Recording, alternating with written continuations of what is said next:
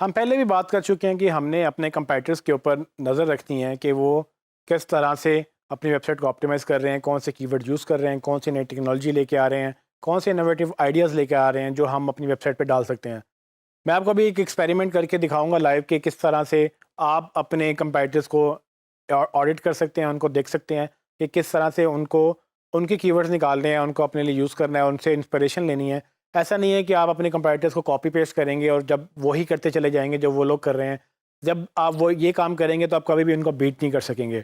हम comparative analysis सिर्फ इसलिए करते हैं कि हमें देखना ये होता है कि क्या वो हमसे अच्छा काम कर रहे हैं। अगर वो हमसे अच्छा काम कर रहे हैं तो वो अच्छाई क्या है जो हम अडॉप्ट करें और हम भी उस तरह से अच्छा काम करें। इसका हरगिज़ मतलब ये नहीं है कि आप उनको कॉपी करेंगे, आप उनसे चीटिंग करेंगे, उनकी प्लेजरिज्म में उसको काउंट करेंगे। गूगल आपको पेनल्टी करेगा इस बारे में, क्योंकि अल्टीमेटली अगर आप उनको कॉपी करेंगे तो आप अपना इनोवेटिव आइडिया कभी भी लेके नहीं आ सकेंगे। सो चैलेंज ये है कि ऑलमोस्ट सेम चीज़ों की एसईओ सेम है, सब लोग वही एसईओ सीखते हैं, वही एसईओ करेंगे और हर हर वेबसाइट की एसईओ सेम है। फ़र्क आता है कि कौन कितना इनोवेटिवली उसको करता है, कौन कितने ज़्यादा डेप्थ में जाता है, कौन कितना जो है गूगल को अंडरस्टैंड करके उसको वो रिज़ल्ट देता है जो गूगल को चाहिए और लोगों को भी वो रिज़ल्ट देता है जो लोगों को चाहिए।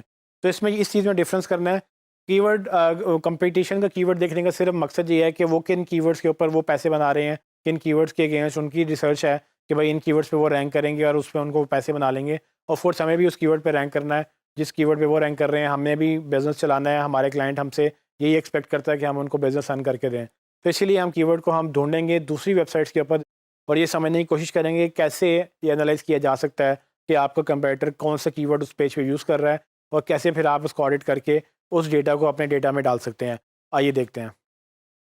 मैं अगर गूगल पे जाऊँ और अपने मोबाइल फ़ोन यानी कि जो मेरी प्रोडक्ट है, जो मैं बेच रहा हूँ, मोबाइल फ़ोन प्राइस क्लिक करूँ और देखूँ कि कौन मेरे इस कीवर्ड पे रैंक कर रहा है, तो आप देखेंगे कि मुझे एक ऐड नज़र आ रहा है जो कि made in China dot com से आ रहा है। लेकिन एक वर्ट मोबाइल की वेबसाइट रैंक कर रही है, फिर दूसरी वर्ट मोबाइल की वेबसाइट रैंक कर रही है, फिर वर्ट प्राइस एक वेबसाइट है जो रैंक कर रही है, फिर हमारी वेब, और इस तरह से करते करते काफ़ी वेबसाइट्स हैं जो टॉप 10 में रैंक कर रही हैं।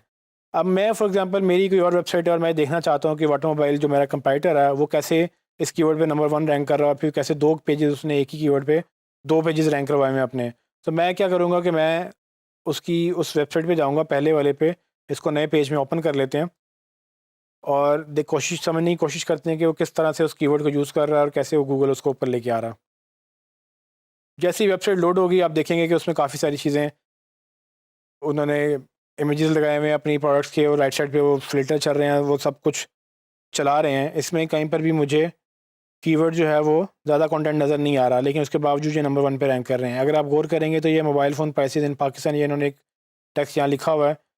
और इसके अलावा मैं अगर इसके मेटा टैग्स देखूँ, जिसके लिए मेरे पास एसईओ क्विक की एक्सटेंशन मौजूद है, मैं उसके एसईओ क्विक की एक्सटेंशन इंस्टॉल जो मैंने ऑलरेडी की थी, मैं उस पे क्लिक करके पेज इन्फो पे जाऊँगा और मैं समझने की कोशिश करूँगा कि किस तरह से ये लोग मोबाइल फ़ोन प्राइसेज़ जो कि मैंने कीवर्ड सर्च किया था, उसको यूटिलाइज़ करके अपनी वेबसाइट को रैंक करवा रहे हैं। तो आप देखेंगे कि टाइटल में मोबाइल फ़ोन प्राइसेज़ आ रहा है, उसके बाद उसने टाइटल में बल्कि 2 दफ़ा मोबाइल फ़ोन प्राइसेज़ लिखा हुआ है, साथ पाकिस्तान भी लिखा हुआ है।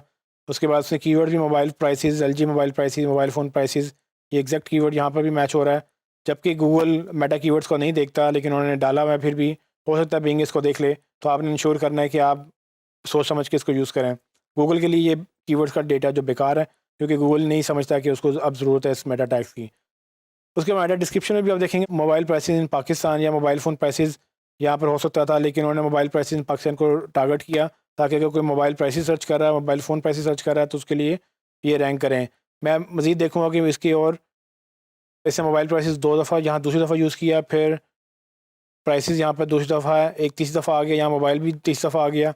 करते करते एलजी मोबाइल बाकी मोबाइल के नाम लिख रहा है जो कि ज़्यादातर सर्च होते हैं। सैमसंग मोबाइल प्राइसेस के वो उसने कीवर्ड डाला है और इस तरह से वो दूसरे कीवर्ड डाल रहा है।